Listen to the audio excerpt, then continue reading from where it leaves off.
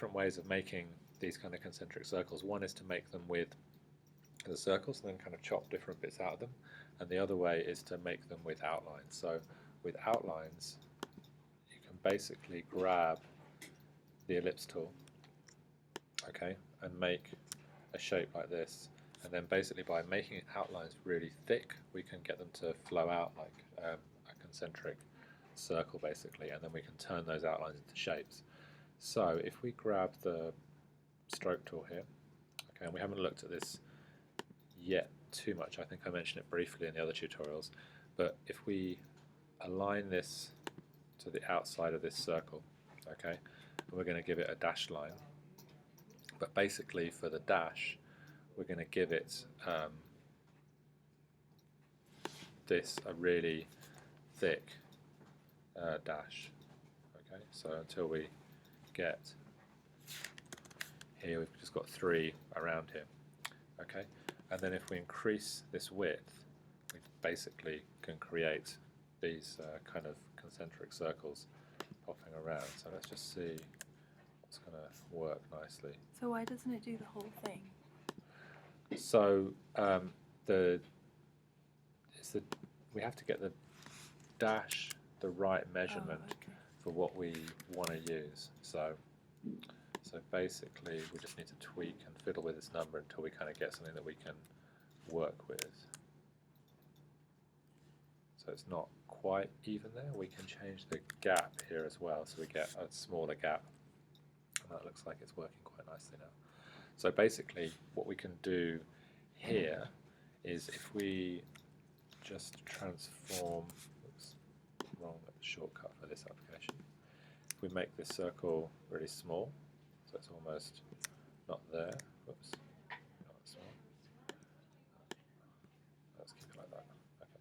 So if we scale this like this, then once we've got that set up, we can go to Object and then Path. Oh my god, outline the stroke. My brain is going. So once we've outlined the stroke, then we've basically got, instead of the outlines, we've just got individual shapes all the way around here. Actually, we've got a weird extra one in here as well. So if we go to Object,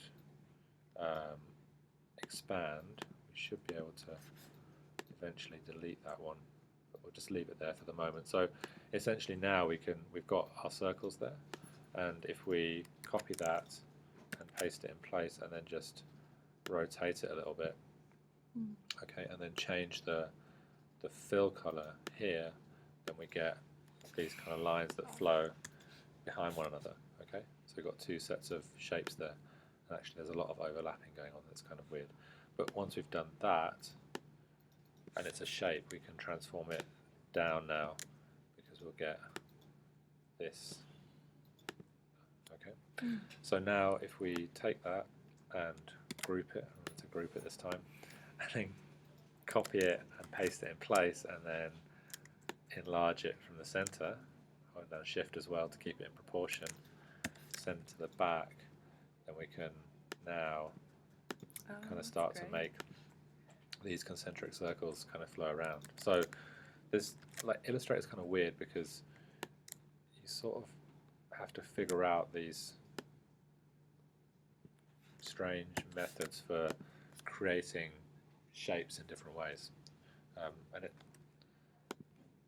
it's sometimes I think it's more like almost Jenga, of kind of like not trying to do it, but trying to think, okay, well, if I do this and then I use that tool, then I can get this effect, rather than of being able to, you know, just do the thing that it is you want to do.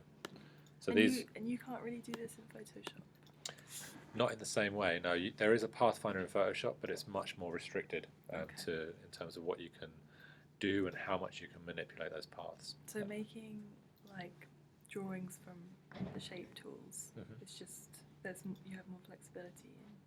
Yeah, for all these shapes and stuff like that, you have lots of flexibility to kind of create these shapes. And if you play around with this, you'll kind of see how much flexibility you'll sort of eventually have to play around with and do different things. So